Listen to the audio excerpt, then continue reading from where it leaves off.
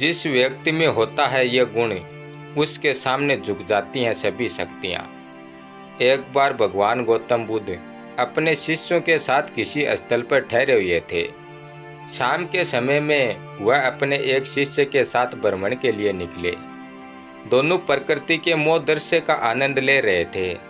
विशाल और मजबूत चट्टानों को देखकर शिष्य के भीतर उत्सुकता जगी और शिष्य ने बुद्ध से पूछा, इन चट्टानों पर तो किसी का शासन नहीं होगा, क्योंकि यह अटल और कठोर हैं। शिष्य की बात सुनकर बुद्ध बोले कि नहीं, इन शक्तिशाली चट्टानों पर भी किसी का शासन है।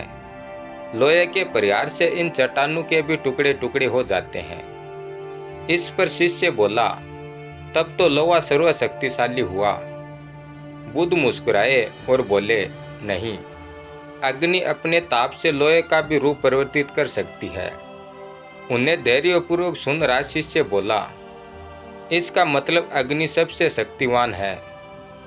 बुद्ध ने फिर उसी भाव से उत्तर दिया, नहीं, जल अग्नि को शांत और शीतलता में परिवर्तित कर देता है तथा अग्नि को शांत कर देता है। शिष्य कुछ सोचने लग गया।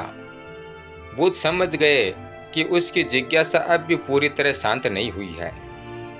शिष्य ने फिर सवाल किया, आखिर जल पर किसका शासन है? भगवान बुद्ध ने उत्तर दिया, वायु का। वायु का वेग जल की दिशा को बदल देता है।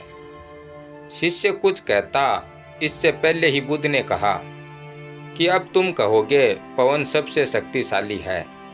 नहीं, पवन सबसे शक्तिशाली नहीं है। सबसे शक्तिशाली है मनुष्य की संकल्प शक्ति, क्योंकि इसी से पृथ्वी, जल, वायु, अग्नि इत्यादि को नियंत्रित किया जा सकता है।